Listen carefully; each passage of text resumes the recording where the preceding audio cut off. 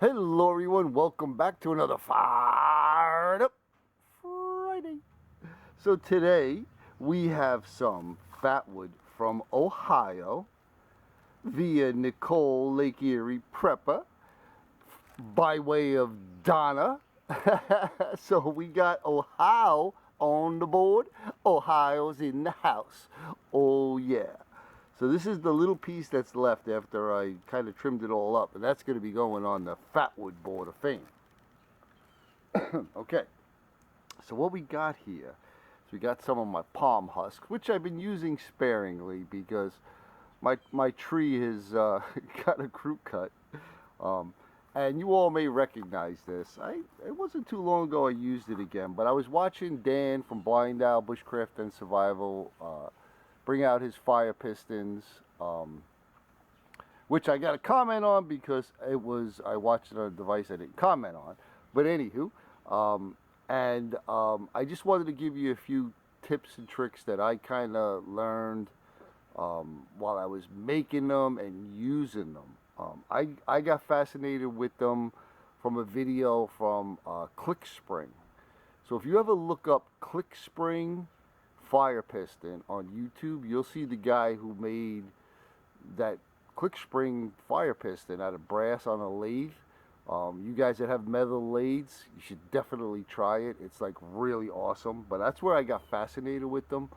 And this was my 4th attempt. Everything else I tried previous to this, copper pipes and solder suckers and all of the kinds of stuff I tried, I couldn't get it to work. So this is my first kit, fire piston kit. And this one does not have a relief screw on the end, which you might have seen the one I have in wax canvas does. That facilitates cleaning it out and storing it as one unit. So this is a 1/2-inch aluminum cylinder that I bored a 1/4-inch hole down. That was the hardest part of making this.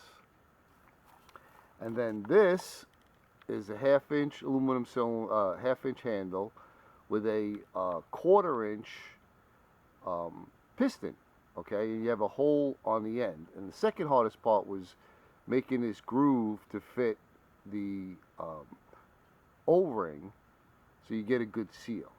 And the way that these work, basically, I know I've mentioned it in the past, but maybe somebody's watching that hasn't seen it, is it works exactly like a piston in a car, right? Specifically like a diesel engine. Diesel, he actually got the idea for his diesel engine when he saw one of these fire pistons. So when you close the fire piston, you're forcing air down this cylinder so fast, okay, that it compresses at the end of the stroke and it ignites, okay?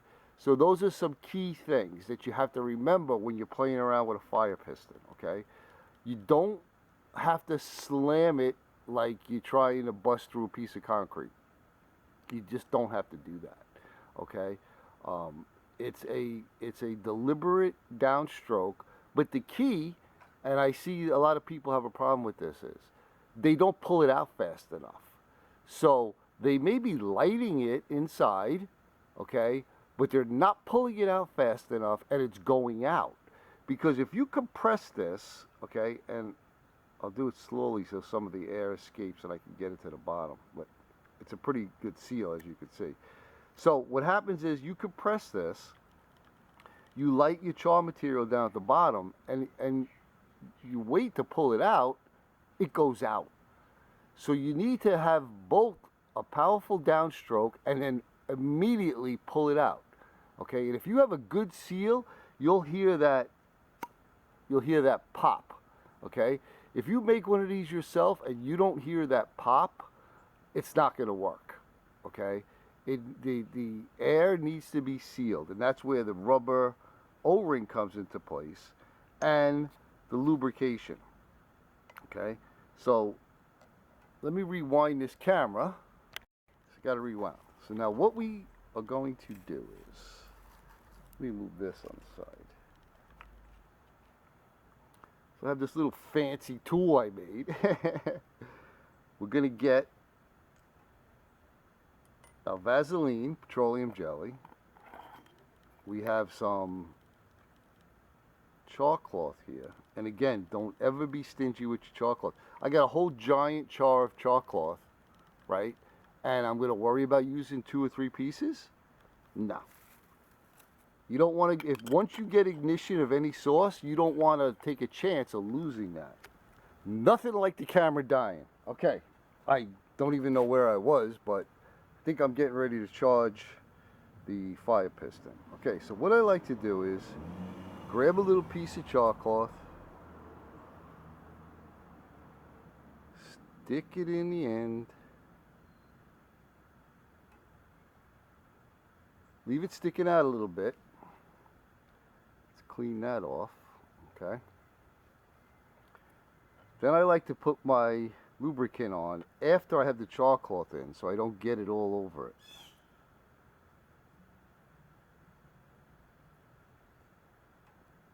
And this is going to seal it, and it's also going to lubricate it. Alright, let's clean that off. And again, don't rush things, right? Any kind of fire making, just don't rush things. We've got our extra chalk cloth in here. Alright, so now we're going to put this on the end. And you're going to be deliberate. You're going to push it down as hard as you can and then pull it out as fast as you can. Okay? I think that's the main reason why people don't get fire pistons to work. They get the compression and then they don't pull it out fast enough and the chalk cloth is going out. Okay? You ready for this? And there it is. Then I like to take another piece of chalk cloth, transfer that to there, and poke that out. See, it's still lit. Put this aside. Now with all that extra chalk cloth, you got a minute or two, right? Throw that in there.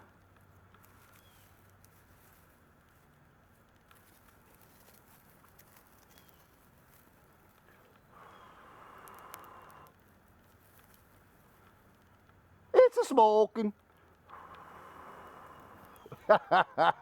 It doesn't take long with these pomos. Oh yeah.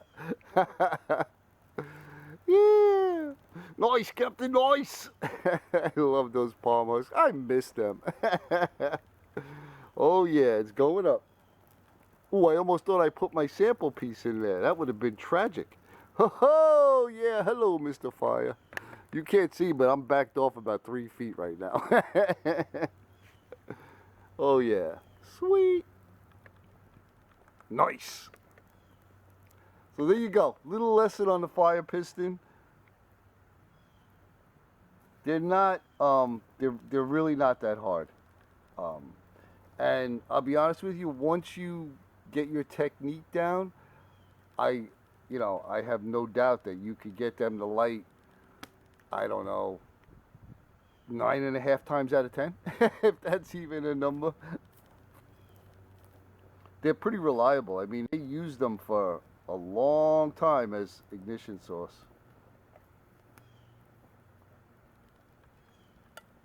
So there you go. Another Fired Up Friday.